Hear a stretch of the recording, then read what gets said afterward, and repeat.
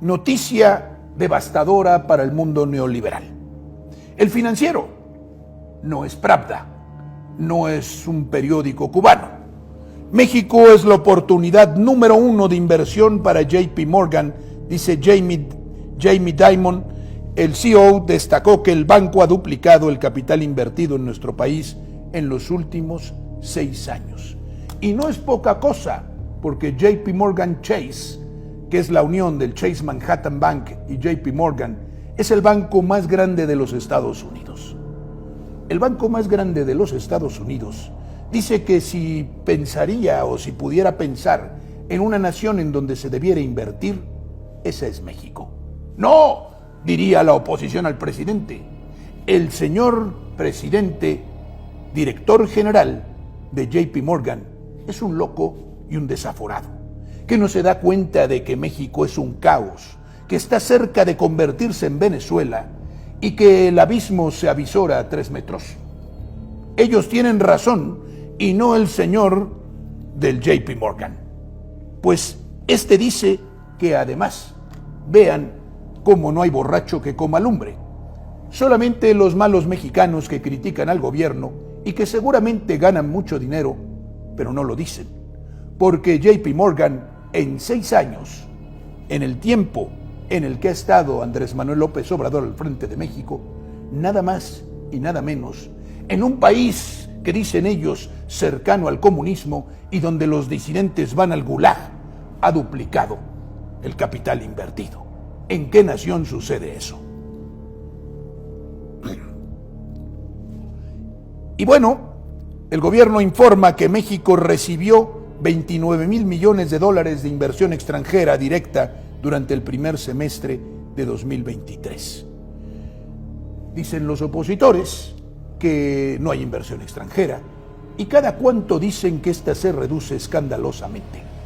Pero para cuadrar su pensamiento comodino, traicionero, digámoslo así, y bastante torcido, porque además son muy ignorantes, niegan, afirman como si fuera dogma que no es cierto, que la inversión al contrario de venir se va, que huye. Y lo dicen porque hay que cuadrar la ideología. No puede ser que en una nación comunista venga inversión capitalista. Pues sí, señores, o no estamos en una nación comunista, o estamos ante capitalistas idiotas, o estamos ante una nación que ve por sus intereses y que además es favorable para la inversión, porque todo lo que dicen es mentira. Forbes, otra publicación de la que no pueden desconfiar los opositores al gobierno actual. La inversión extranjera directa en México crece 30% en los primeros 9 meses de 2023. ¿Será posible? ¿Estaremos diciendo la verdad? ¿O también Forbes ya habrá sido infiltrado por células comunistas?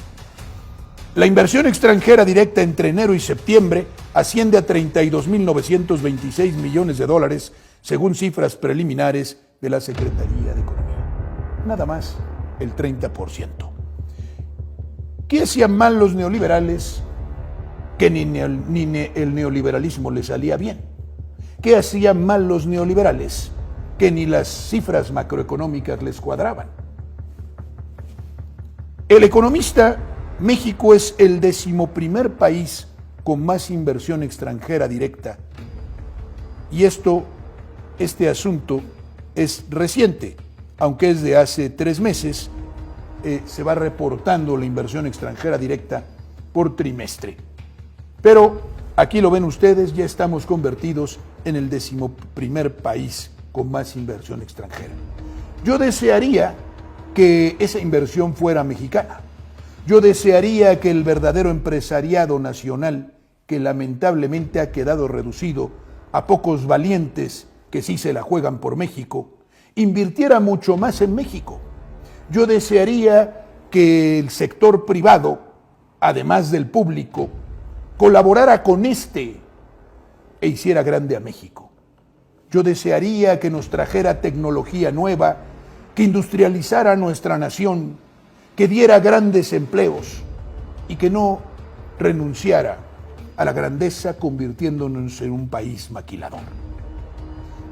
Es imprescindible tener un Estado fuerte, es necesario tener patriotas al frente del gobierno, pero también es necesario tener un empresariado digno, patriótico y además con verdadera vocación empresarial. Estos especuladores, estos buitres, no lo son, son saqueadores. Pocos, muy pocos, lamentablemente, son los verdaderos empresarios. Necesitamos más. El país, miren ustedes lo que ha pasado con la inflación. Después de la gran crisis post-pandémica y de la propia pandemia, los precios se elevaron enormemente en todo el mundo, no solamente en México. La elevación de precios se debe a muchos factores, y entre otros también a que los neoliberales renunciaron a la soberanía alimentaria. Cuando tú renuncias a la soberanía alimentaria, dependes de las importaciones, dependes de los alimentos que se producen en otras naciones. Y por tanto, dependes de los precios que ellos quieran ponerle a esos productos. Rescatar el campo es fundamental, es una tarea pendiente. Pero en muchos otros ámbitos también, los comerciantes especuladores, los monopolios, son los causantes de la inflación y del incremento en general de los precios. ¿Por qué? Porque retienen para sí grandes cantidades de determinados productos. Allí tienen a Walmart o a los Oxxo. Pueden manipular los precios. Cemex lo hizo. Las empresas de telefonía son prácticamente monopolios. En México muchos dicen que rige el capitalismo, pero el capitalismo, según yo tengo entendido, tiene en esencia una nota característica que es la libre competencia. Y es contrario, se supone, a los monopolios y oligopolios que en México menudean. Esos monopolios controlan los precios y también los intermediarios y el acaparamiento. Los intermediarios que hay en nuestra nación, hasta en política que hay coyotes, que encarecen la política, encarecen las elecciones, que no deberían costar. Pero aquellos que encarecen los productos del campo cuando llegan a las ciudades, porque el campesino percibe una mínima parte de su valor y el resto se queda en una cadena de parásitos. También combatir la inflación es acabar con el intermediarismo. Pero México ha hecho bien las cosas. El Banco de México y la Secretaría de Hacienda, porque cuando otras naciones no logran controlar la inflación, México lo está haciendo.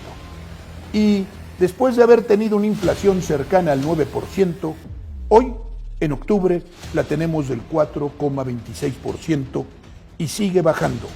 La inflación en México, según dice el país, continúa su desaceleración y se sitúa en 4,26% en octubre. El índice nacional de precios al consumidor suma 9 meses a la baja en un nivel no visto desde febrero de 2021. Imagínense ustedes, estamos superando la crisis pandémica y pospandémica. Y esto sigue adelante. Algunos se preguntarán, ¿por qué no bajan los precios todavía? Este es un asunto que se puede explicar. Si hemos acelerado a 100 y venimos frenando, seguimos acelerados. Y la aceleración anterior llevó los precios a unos niveles que hoy algunos no quieren bajar. En materia de inflación hay muchos factores, pero el que corresponde al gobierno se está solucionando y están presionándose los precios a la baja. Luchemos contra el acaparamiento, luchemos contra los coyotes, contra los monopolios, los oligopolios, contra las conductas acaparadoras, y hay que exigir que los precios mejoren. Y también hay que comprar directamente a los productores, hay que tratar de hacerlo. La economía funcionará mejor. El gobierno está haciendo su parte y lo está haciendo muy bien. Hoy naciones como Argentina u otras tienen inflaciones por encima del 100%. ¿Cómo quedan los neoliberales y los enemigos de México cuando se les dice que un gobierno al que ellos califican de populista en el peor sentido de la palabra y de comunista, tiene la inflación en estos niveles en situación de crisis, porque ahora nos dirán que Calderón o que Peña o que Fox o cualquiera tenía índices inflacionarios más bajos. Sí, pero ninguno vivió esta crisis terrible que estamos viviendo. La jornada nos dice que crecen 15% las reservas internacionales en lo que va del sexenio. Las reservas internacionales son un indicador importantísimo para el mundo neoliberal. Y es verdad, dan estabilidad económica, o más bien dan estabilidad financiera, y permiten el crecimiento. No me aparto de ello tampoco, porque no soy un kamikaze, ni pienso vivir fuera de la realidad, en un mundo que se globalizó y que está interconectado, y en el que estos factores sí terminan influyendo. Pero vean ustedes cómo la jornada, domingo 17 de septiembre de 2023, en un corte que se hace, da cuenta del crecimiento en 15% de las reservas internacionales en lo que va del sexenio.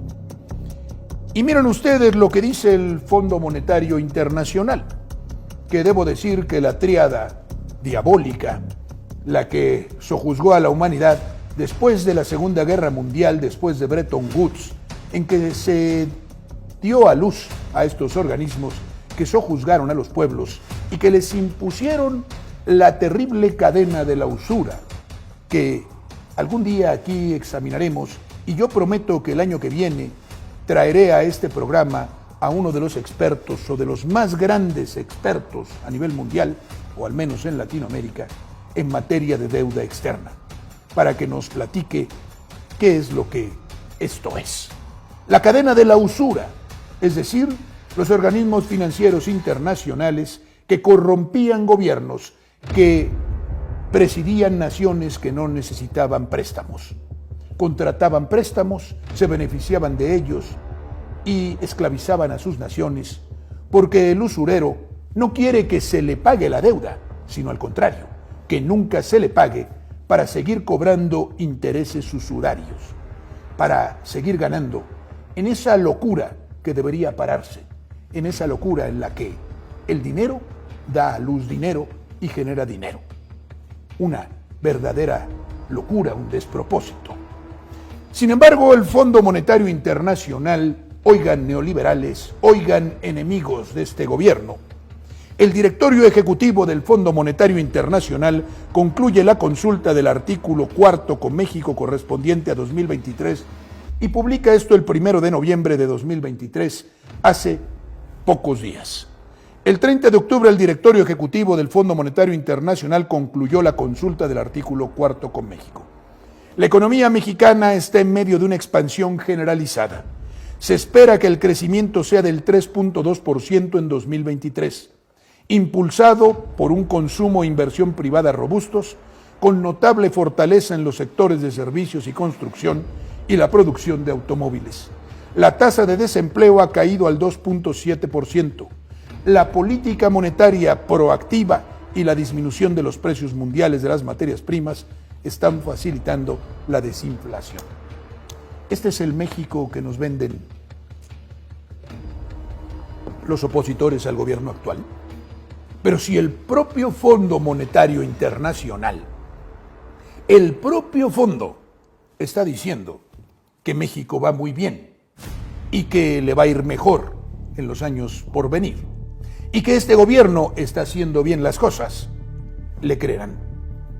O contra toda evidencia, contra todos los bancos, contra todo el sistema financiero, contra todos los sostenedores de la ortodoxia neoliberal en el mundo, el mexicano que adversa a la patria seguirá diciendo: qué mal está México, estamos al borde del colapso, de la catástrofe.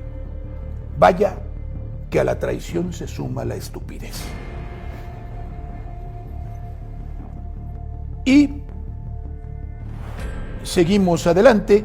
El Financiero nos dice que la tasa de desempleo en México despide el 2022 en su nivel más bajo en 17 años. Ya desde 2022, cifras de 2023, las de 2023 se darán más adelante, en su nivel más bajo en nada más y nada menos que 17 años, a pesar de la pandemia y de la crisis financiera y económica mundial. De las 57.95 millones de personas ocupadas, más de 31 millones se encuentran trabajando en la informalidad. Dos asuntos que tenemos que solucionar en México: pasar de la informalidad a la formalidad a la gente y crecer en la inscripción en el régimen del Seguro Social, para cuyos efectos debemos renovar, reestructurar el Seguro Social. En el Seguro Social y el ISSSTE se han cometido atracos sin cuento y existió una privatización silenciosa. Todos los servicios médicos estaban subrogados y las pensiones hoy están entregadas a la administración del sistema financiero privado. Sin embargo, esos son asuntos que nos quedan pendientes, pero vamos en el camino correcto. También la tasa de desempleo en México baja a 2.8 al cierre del 2022, y miren quién lo dice, pero son esquizofrénicos. Canaco Servitur México, la propia Cámara Empresarial, dice que la tasa de desempleo está bajando. Pero por aquí dicen que está bajando, y por aquí publican esto, y por el otro lado dicen que Xóchitl Gálvez nos va a salvar del hecatombe. Vaya qué maravilla. Bloomberg, otro medio órgano de algún partido comunista, chino o de Corea del Norte. México registra tasa de desempleo en mínimo histórico. ¿Qué está detrás del dato? La tasa de desocupación se ubicó en 2.7 en el primer trimestre de 2023. Ya como les dije, estos son resultados de 2023, y en junio se mantuvo en 2.7, lo que implicó el nivel más bajo en los registros del INEGI desde 2005. Acuérdense quién gobernaba en 2005, todavía Fox, y quién empezó a gobernar en 2006 después de un escandaloso fraude electoral, el impresentable Calderón. Desde el gobierno de Calderón la tasa de desempleo no había estado tan baja. Señores neoliberales, no que Calderón fue el mejor presidente de la historia. Resulta que no solo ensangrentó al país, nos trajo las armas de Rápido y Furioso, nos puso a García Luna, y él se dedicó a la corrupción y a los despropósitos, sino que la economía no estaba tan bien como dicen, ni siquiera los indicadores macroeconómicos.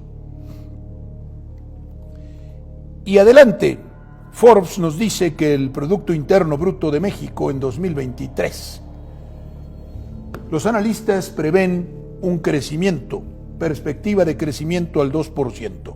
Decían que no íbamos a crecer, decían que íbamos al contrario a decrecer y que nunca nos íbamos a levantar de la crisis financiera. ¿Saben por qué? Porque el gobierno se negó a rescatar y a subsidiar a las grandes empresas. Dicen que cuando no se les rescata y no se les subsidia, todo se hunde, porque de ellos depende todo. La realidad dice lo contrario. ¿Y ahora qué dicen ellos? La encuesta del Citibanamex también reflejó que las expectativas de inflación general anual para el cierre de 2023 disminuyeron a 5%. Se equivocaron, porque ya estamos todavía mejor. El país, el Fondo Monetario Internacional estima que México crezca un 3.2% o 3,2% este año y su economía se desacelere en 2024. No se preocupen, en los últimos años, todas las proyecciones, cuando eran buenas, han sido superadas y cuando eran malas han sido revertidas.